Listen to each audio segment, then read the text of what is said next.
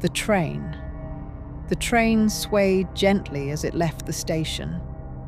Sae held the overhead strap with one hand and her phone with the other, not looking at the screen. Kota stood beside her, close enough that she could smell the faint laundry detergent on his uniform jacket. He was saying something about the cram school quiz. She heard the words, but didn't listen. Her eyes were fixed on the reflection in the window glass. That's when she saw him. Sosuke stepped into the car with two other boys. His hair was a reddish-brown now, the color of dried leaves. Piercings glinted in his ear. He hadn't noticed her yet. He was laughing at something one of his friends said, a sharp, careless sound. Her chest tightened. Kota kept talking. She nodded without hearing. Then Sosuke turned. Their eyes met. For 1 second, maybe less, neither looked away. His face didn't change, but his eyes, she saw recognition there.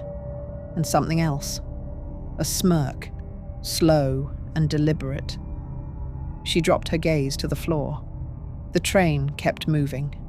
1 week earlier. She should not have taken that street. It was a Tuesday late.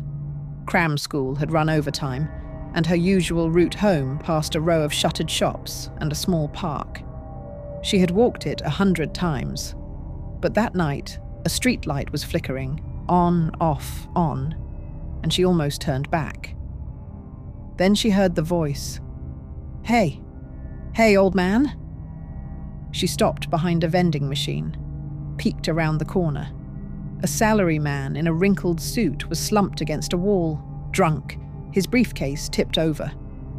Above him stood a boy, not much older than her.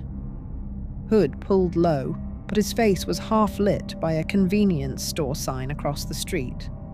She knew that face. Sosuke, from junior high, from elementary school. The boy who threw erasers at her during math, who laughed when she dropped her books, who once pulled a chair out from under a girl and watched her fall. He was kneeling now, pulling the salaryman's wallet from his back pocket. The man mumbled something. Sosuke shoved his shoulder. Shut up. He flipped the wallet open, pulled out a stack of bills, counted quickly, then dropped the empty leather onto the man's chest. Then he looked up. Straight at the vending machine, straight at her. Their eyes met. His widened for half a second. Recognition, surprise, then nothing. A flat, cold nothing. Sae ran. She didn't remember the rest of the way home. Only her own footsteps, her own breathing, the way her key shook in the lock. She told no one. Not her mother, who was already asleep. Not Kota, who texted her, "Did you get home okay?" with a sticker of a cat. She typed back, "Yes. Good night?" And then she lay in the dark, staring at the ceiling, replaying that look, the flatness, the lack of panic. He wasn't afraid she would tell. He was waiting to see if she did. Present. The train. Sae? Hello? Kota was waving a hand in front of her face. She blinked. The train had stopped. The doors were open. Sosuke and his friends were gone. They must have gotten off 2 stops ago. You spaced out, Kota said, smiling. Cram school really that bad? Sorry, she said. Just tired. They stepped onto the platform together. The evening air was cool, carrying the smell of rain from earlier that day. Kota walked her to the ticket gate, their usual ritual, and paused. Same time tomorrow? Yeah. He hesitated, like he wanted to say something else. Then he just smiled, gave a small wave, and walked toward his side of the station. Sae watched him go for a moment. Then she turned toward her own exit. She was 3 blocks from her house when she heard the footsteps. Not heavy, not running. Just there, matching her pace. When she slowed, they slowed. When she sped up, they sped up. She didn't look back. She knew who it was. At the narrow alley between the post office and the old bakery, a hand grabbed her elbow and pulled her sideways. She gasped. Her back hit the wall. Sosuke stood in front of her, blocking the dim light from the street lamp. Up close, he smelled like smoke and cheap cologne.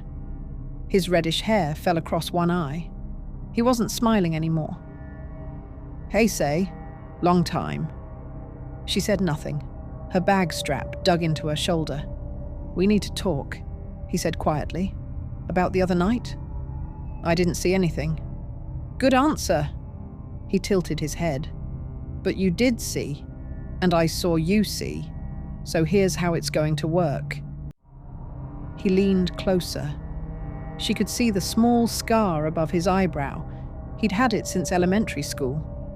A boy who fell off a jungle gym and laughed about it while blood ran down his face. "You don't say a word? Not to your parents? Not to your boyfriend?" He paused. "Not to the police." She swallowed. "I already told you. I didn't see anything." "That's right." He stepped back, hands in his pockets. "And if anyone asks, if anyone comes around, you don't know me. We never went to school together. You've never seen me before in your life. And if I don't?" He smiled. It didn't reach his eyes. "Then I'll tell them you were with me, that it was your idea, that you're the kind of girl who likes bad boys." He shrugged. "Your parents?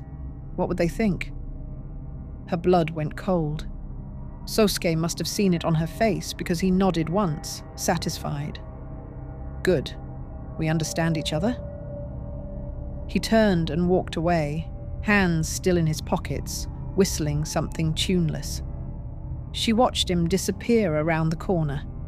Then she slid down the wall and sat on the damp pavement, her knees pulled to her chest, and stayed there for a long time.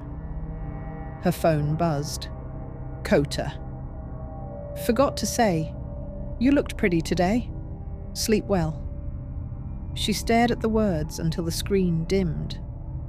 Then she stood up, brushed off her skirt, and walked home in silence. That night, she lay awake again. But this time, she wasn't replaying the robbery. She was replaying his eyes. The way he looked at her on the train. The way he said, "We understand each other."